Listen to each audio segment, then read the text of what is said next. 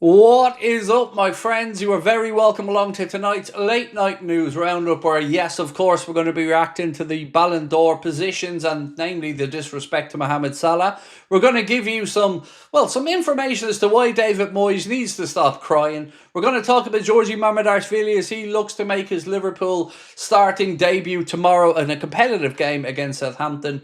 We'll also give you a couple of other updates around centre-backs that Liverpool have been linked with. One in particular, well, that really surprised me. Interested to know more? I hope you are. Do let me know your thoughts in the comment section once you've watched the video. I hope you enjoy it. If you do, please do hit that like button and don't forget to subscribe if you haven't done so. Now, thanks to our friends at the Collectors Corner, we are going to be launching a brand new competition tomorrow where we will be giving away a signed and framed Diogo Jota Liverpool shirt. Information on that we will reveal across our socials and on tomorrow's watch along against Southampton, so make sure that you join us if you're interested in being in a chance to win. And of course, if you're already in our WhatsApp community, we will put the information in there for you. If you haven't signed up to it yet though, you know what to do. QR code in the bottom right hand corner of the screen or the link in the description of this video. Right, let's get started with, I want to start actually with a sincere, heartfelt tribute to Matt Beard, who was the Liverpool ladies team coach in the past, who sadly passed away aged just 47. And I've been spending a couple of minutes reading through some of the quotes from former players and colleagues of Matt, and everybody has nothing but kind words to say about the man. Guided Liverpool to a WSL title. I believe he was West Ham women's coach at one point, Chelsea's and a few others as well. And for in football to lose another person at the age of just 47 is heartbreaking. So from all of us at Anfield Agenda, to Matt Beard's family, friends, colleagues, and of course those players that he coached, we want to send you our sincere condolences on his passing, and may he rest in peace. Right, ladies and gents, a couple of comments from Georgie Mamardashvili speaking about, the fact that he is now a Liverpool player and quite what that means. He said, "When I was a child, it was like a dream to meet players like Alisson, Virgil van Dijk and Mohamed Salah. Now I'm with them and I'm so happy. There are a lot of quality players. I knew it before, but what I saw, it's crazy. It's really crazy." Talking about the standards there that he sees day in and day out. Now, of course, we are taking on Southampton tomorrow, and it looks as if the front three is going to be Rio Ngamoa, Alexander Isak, and Federico Chiesa, according to reports attributed to James Pearce. So, looking forward to that. But Arna has given us a little indication of who else we may see tomorrow. So, he said, could Isak, Leone, and Mamardashvili get some minutes? Yep, we can go through all of them, Endo, and a few more. These are the players that we need a game for, and we're happy that we have one. So again, be expecting to see a much changed Liverpool lineup tomorrow. And you know what? I'm really excited to see it. I cannot wait to see Leone. Can't wait to see more of Rio. Again, Isak in a Liverpool shirt. Nothing wrong with that. And the big man in goal as well. So let me know in the comments who you're looking forward to seeing in action tomorrow night.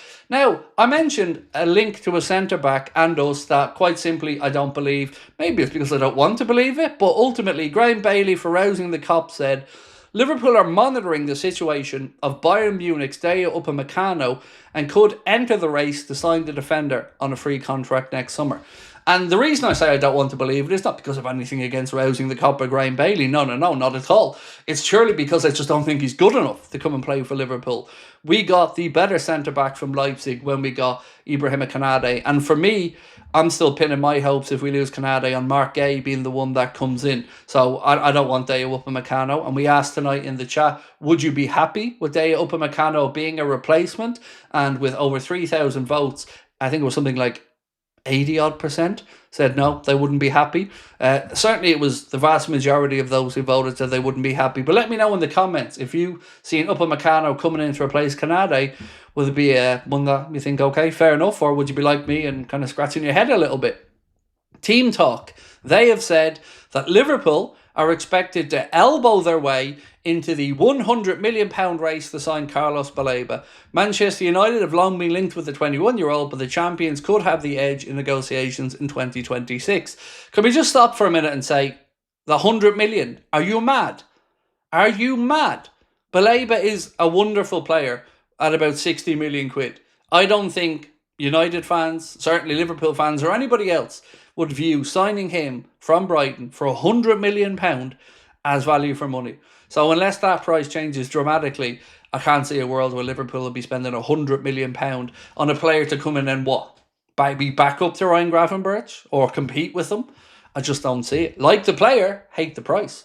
Right, let's talk Matt Thielen. And I agree with Matt. He said, Mohamed Salah has become the world's most underrated player. Not sure how the footballing world let that happen. And look, Mo not winning a Ballon d'Or, maybe I can live with this year. But Mo finishing 4th behind Vitinha, Dembele and Yamal, whatever about Dembele, who, by the way, Mo has better individual numbers than, don't need to take my word for that, you can look it up yourself. How am I supposed to sit here and think that Lamine Yamal somehow had a better season than Mo? I love Yamal, huge fan of his, and the kid will have many deserved Ballon d'Ors by the time his career is over. But to put him second, ahead of Mohamed Salah, is nothing short of a disgrace. So whoever's voting in that needs to give their head a wobble. Because I now have to sit here and explain to my kids in the future how Ousmane Dembele was somehow named the greatest player in the world for a year. It'll never sit well with me. And if Mohamed Salah finished his career without a Ballon d'Or, I don't know what the man would have had to have done to get one. He feels massively disrespected over and over again. We know what we have with Mo. We will love and respect Mo.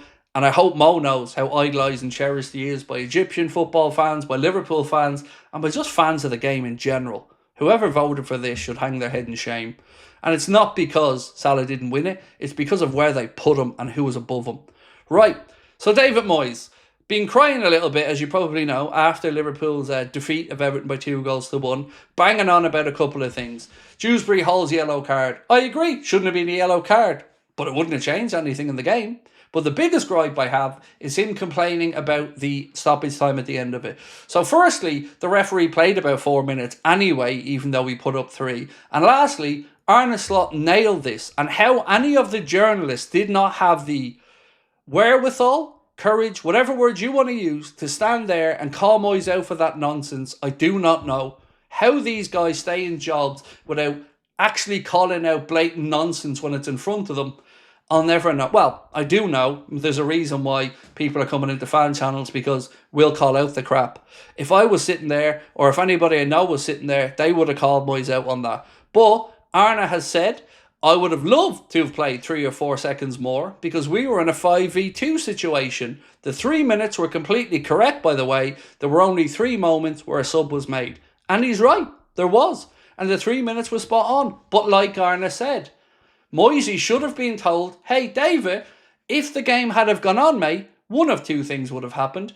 Best case scenario for you, Liverpool would have gotten a shot away and maybe had a goal kick with a few seconds to get back up the pitch. But more likely, the ball would have ended up in the back of the net and you'd be going home after losing 3-1.